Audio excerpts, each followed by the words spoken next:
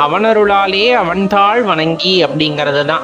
இறைவனை வணங்குவதற்கு கூட அவரோட அருள் வேண்டும் அப்படின்ட்டு குறிப்பிடப்படுது. நம்மதுல நிறைய பேர் இருப்பாங்க, நேற்று நிறைய திருநீர் பூசிக்கிட்டு தினமும் கோயிலில் போய் உக்காந்துக்கிட்டு இருக்கவங்க இருப்பாங்க. மனசை ஒருநிலைப்படுத்தி இறைவனை காணக்கூடியவர்கள் இருக்க செய்வார்கள். அவங்களுக்கெல்லாம் அந்த இறைவனோட பெரும் கருணையானது கிடைத்திருக்கிறது. சிவபெருமானோட பெரும் கருணையானது அவர்களை ஆட்கொண்டிருக்கிறது. விஷயம் நம்ம கண்டிப்பா சொல்ல முடியும். ஆனா இப்ப சில பேர் நாத்திகம் பேசுறவங்களா இருக்கட்டும், இல்ல கோயிலுக்குள்ள என்னால போக முடியல அப்படிங்கிறவங்களா இருக்கட்டும், அவங்களுக்கான பர்மிஷன் அங்க இல்லை அப்படிங்கறத தான் அந்த இடத்துல நிதர்சனமா நம்ம காண வேண்டிய உண்மை அப்படிங்கிறத நல்லா ஞாபகம் வச்சுக்கோங்க. இந்த ஜென்மம் அப்படிங்கிறது எத்தனை தடக்க திரும்ப வரும்னு சொல்ல முடியாது. புல்லாகி பூடாகி புழுவாகி மரமாகி பல்விருக்கமாகி பறவையாகி பாம்பாகி கல்லாகி மனிதராகி பேயாகி கணங்களாகி எல்லா பிறப்பும் பிறந்திழைத்தேன் எம்பெருமான்.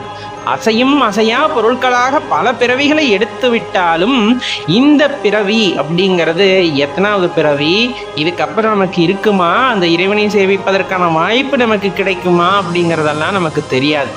கிடைக்கப்பெற்ற இந்த ஒரு பிறவியை சரியாக பயன்படுத்தி கொண்டு நாம் அவரை சரணடைய முற்படும் போது நமக்கு வாழ்க்கைக்கான தெளிவு பிறக்கிறது. நம் உள்ளே இருக்கின்ற அஞ்ஞானமானது விலகுகின்றது. அதன் மூலமாக மெய்ப்பொருளை நாம் உணர்ந்து கொள்கின்றோம் அப்படிங்கிறது தான் இந்த இடத்துல சொல்ல வர்றது.